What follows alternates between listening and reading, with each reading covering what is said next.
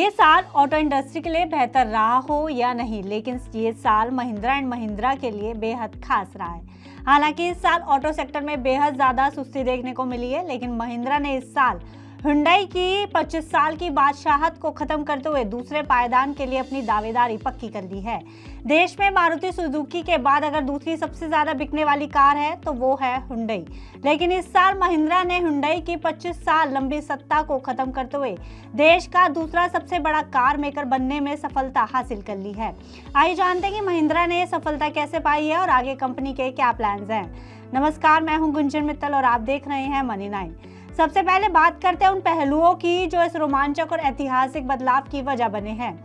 दरअसल जनवरी से जुलाई 2025 तक की बात करें तो इस दौरान महिंद्रा ने कुल 3,51,065 यूनिट सेल्स की हैं, जबकि इसी दौरान हुंडई की कुल 3,29,782 यूनिट्स ही बिकी हैं। यानी हाफ ईयर में ही महिंद्रा ने हुंडई पर 21,000 यूनिट्स की लीड बना ली है।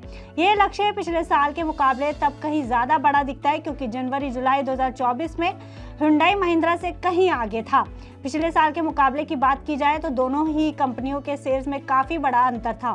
पिछले साल जनवरी जुलाई 2024 में जहां महिंद्रा सिर्फ 2,91,971 यूनिट्स ही बेच पाया था, वहीं इसी दौरान हुंडई का आंकड़ा 3,58,785 यूनिट्स पार था। देखा जाए तो इस साल महिंद्रा ने बिक्री में 20.2% की ग्रोथ दर्ज की है, वहीं हुंडई की बिक्री में 8.1% की गिरावट दर्ज की गई है। मतलब वही कार वही मार्केट, लेकिन साल महिंद्रा के नाम रहा। वहीं महीने दर महीने सेल्स की बात की जाए तो महिंद्रा ने फरवरी, अप्रैल, मई, जून और जुलाई इन 5 महीनों में अलग अलग बार हुंडई को पीछे छोड़ा, खासकर जुलाई 2025 में। इस दौरान महिंद्रा की 49,871 यूनिट्स बिकी, जो ईयर ऑन ईयर 19.8% वृद्धि दिखाती है। वहीं हुंडई ने 43,973 यूनिट्स बेची, जो ईयर ऑन ईयर 10.3% की गिरावट दिखाती है।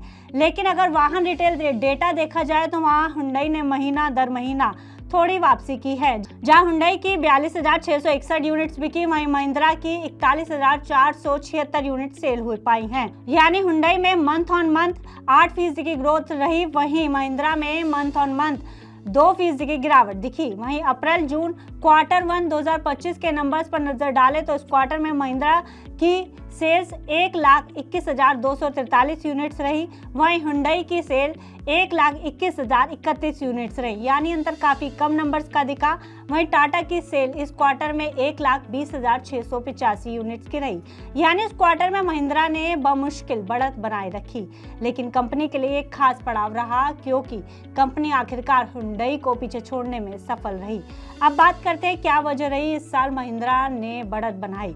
एनालिस्ट का कहना है कि हालांकि हुंडई की क्रेटा लगातार अच्छा प्रदर्शन कर रही है, कंपनी के बाकी मॉडलों की मांग धीरे धीरे गिर रही है और कंपनी ने कोई बड़ा मॉडल भी इस साल लॉन्च नहीं किया है। वहीं दूसरी ओर महिंद्रा ने अपनी आईसीई एसयूवीज जैसे XUV 3XO, Thar Roxx, Scorpio N का जबरदस्त रिस्पांस पाया है। साथ ही नए ईवी मॉडल्स BE6 और XEV9e ने भी मार्केट में खास जगह बनाई है। खास बात यह रही कि जुलाई में एसयूवी की डिमांड में महिंद्रा ने लगभग 20% की बढ़त पाई है, जबकि बाकी कंपनियां पिछड़ती दिखाई दे रही हैं। यही वजह है कि अप्रैल की बिक्री में महिंद्रा का बोलबाला दिखता नजर आ रहा है।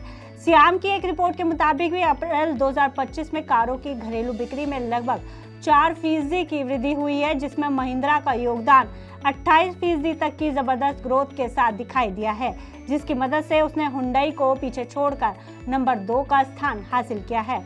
आपको बता दें कि हुंडई ने 1998-99 में सेंट्रो के साथ अपने भारतीय सफर की शुरुआत की और 2000 तक टाटा को पछाड़कर मारुति के बाद दूसरा सबसे बड़ा कार मेकर बन गया।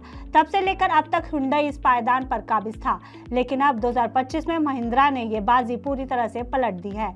हालांकि इस सब के बावजूद मारुति सुजुकी की स्थिति अभी भी मजबूत बनी हुई है और मारुति सुजुकी अभी भी इंडियन मार्केट में बिल्कुल टॉप पर काबिज है।